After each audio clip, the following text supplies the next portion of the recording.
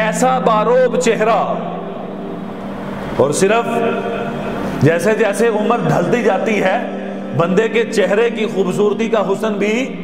ڈھلتا جاتا ہے۔ کمال جاؤں اس حسن پر کہ جیسے جیسے ایام گزرتے گئے ان کے حسن میں اضافہ ہوتا چلا گیا، اور ان کا حسن،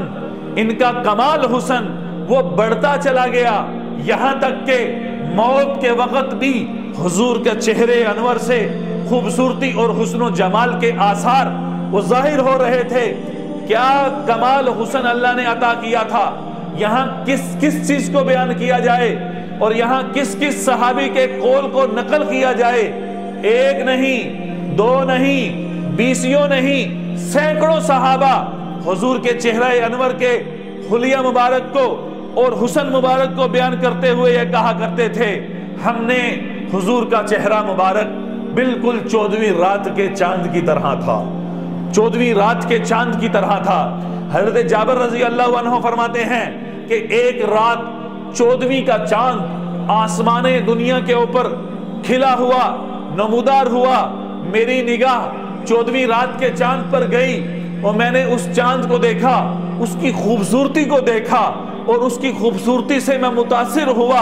اور مجھ سے رہا نہیں گیا کہ میرے دل میں یہ بات آئی کہ آج کائنات کے اندر اس 14ویں رات کے چاند سے زیادہ حسین کوئی چیز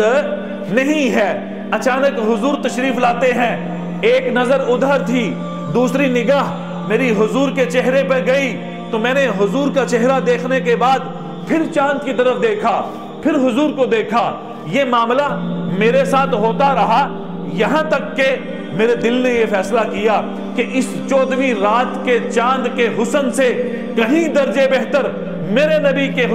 نبی کے چہرے کا حسن ہے، کہ جس سے میری نگاہیں الجھ نہیں رہی، جس سے میری نگاہیں ہٹ نہیں رہی، اور میرا دل چاہ رہا ہے کہ میں حضور کو دیکھتا چلا جاؤں، کہ میں حضور کو دیکھتا چلا جاؤں، کہ حضور کے چہرے سے، ان گالوں سے اور اس ماتھے سے، اور جب مسکراتے تھے تو دندان مبارک سے روشنی نکلتی تھی، حضور کے چہرے سے وہ نور نکلتا تھا۔ اس لیے حدیث میں آتا ہے کہ عام آدمی اندھیری رات ہو تو اندھیرے کے اندر کوئی بھی بندہ دیکھ نہیں سکتا جب تک کہ روشنی کا انتظام نہ ہو، اور حضور کے بارے میں آتا ہے کہ حضور رات کی تاریکیوں میں، رات کے اندھیرے میں بالکل اسی طرح دیکھ لیتے تھے جیسا کہ دن کے اندر عام آدمی دیکھ لیتا ہے۔ رات کی اندھیریوں میں بھی جس کی نظر اتنی تیز ہو، اور میں یہ کہا کرتا ہوں حدیث کے اندر یہ بات نہیں آئی، اس بات کو میں اپنی طرف سے ایڈ کر رہا ہوں، وہ یہ کہ حضور کیوں نہ دیکھتے جس کے چہرے کی روشنی سے اندھیریاں ختم ہو جاتی ہوں، اور عورتیں آ کر حلیمہ سعدیہ کو تانے دیتی ہوں کہ تیرے گھر میں پوری رات دیا جلا رہتا ہے، تیرے گھر میں پوری رات دیا جلتا رہتا ہے، تیرے پاس اتنا مال آ چکا ہے۔ تو وہ کہنے لگی یہ وہ دیا نہیں جو تم جلاتی ہو، آؤ میں تمہیں اپنے گھر کا دیا دکھاؤں۔ تو ان عورتوں کو بلا کر حضور کا چہرہ دکھایا کہ جب سے یہ بچہ میرے گھر میں ہے، میرے گھر سے رات کو ایسے ہی روشنی پھوٹتی ہے کہ جس کے آنے سے کائنات کی اندھیریاں ختم ہوئی ہوں، تو اس کو رات کو دیکھنے میں کیا پرابلم ہو سکتی ہے؟ وہ تو رات کی اندھیریوں کے اندر بھی جس کو نظر آئے حضور کا چہرہ، حضور کے بال، حضور کا جسم ایک ایسا خوبصورت سانچے کے اندر ڈالا گیا تھا۔ خلاصہ بتا رہا ہوں وہ کہ جو میں پچھلے جمعے میں عرض کر چکا، وہ کیا تھا؟ حسان بن ثابت کروڑ باتوں کی ایک بات کر گئے کہ وَأَحْسَنُ مِنْكَ لَمْ تَرَ قَطُّ عَيْنِي وَأَجْمَلُ مِنْكَ لَمْ تَلِدِ النِّسَاءُ خُلِقْتَ مُبَرَّأً مِنْ كُلِّ عَيْبٍ كَأَنَّكَ قَدْ خُلِقْتَ كَمَا تَشَاءُ۔ کہ ایک آخری جملہ اس پر میں بات کر چکا ہوں، یہاں صرف آخری بات کروں گا، وہ یہ کہ شعر کا آخری مصرع کیا تھا کہ آقا آپ ایسے پیدا ہوئے ہو جیسا کہ آپ نے خود چاہا ہو، کہ آپ کہتے گئے اللہ بناتا گیا، آپ کی زبان سے نکلتا گیا کہ میرا سر، میرا چہرہ، میری بال، میرا جسم ایسے ہو، تو آپ کو اسی انداز میں بنایا گیا۔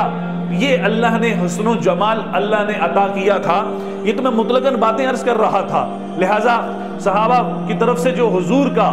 ایک چہرہ حلیہ مبارک منقول ہے، او نوجوانوں، او بھائیوں، پڑھیں ہمارے آقا تھے کیسے، وہ تھے کیسے. میرے پاس کتاب رکھی ہوئی ہے شمائل کبریٰ، جس میں حضور کی ذات کے، حضور کے پورے جسم، کیا حضور کی کھانے پینے، اخلاق، معاملات، معاشرت، حضور کی سیرت کا کوئی ایسا پہلو نہیں ہے اس بندہ خدا نے جس میں جمع نہ کیا ہو. شمائل کبریٰ، سیرت مصطفیٰ، سیرت رحمت للعالمین، سیرت النبی، کہ اس موضوع پر جو کتاب ملتی ہے اس کو آپ پڑھیں. یہ شمائل کبریٰ اس لیے کہہ رہا ہوں کہ حضور کی جس نے پوری زندگی کو پڑھنا ہو، پوری زندگی کو جس نے حضور کی پڑھنا ہو، وہ یہ کتاب پڑھ لے.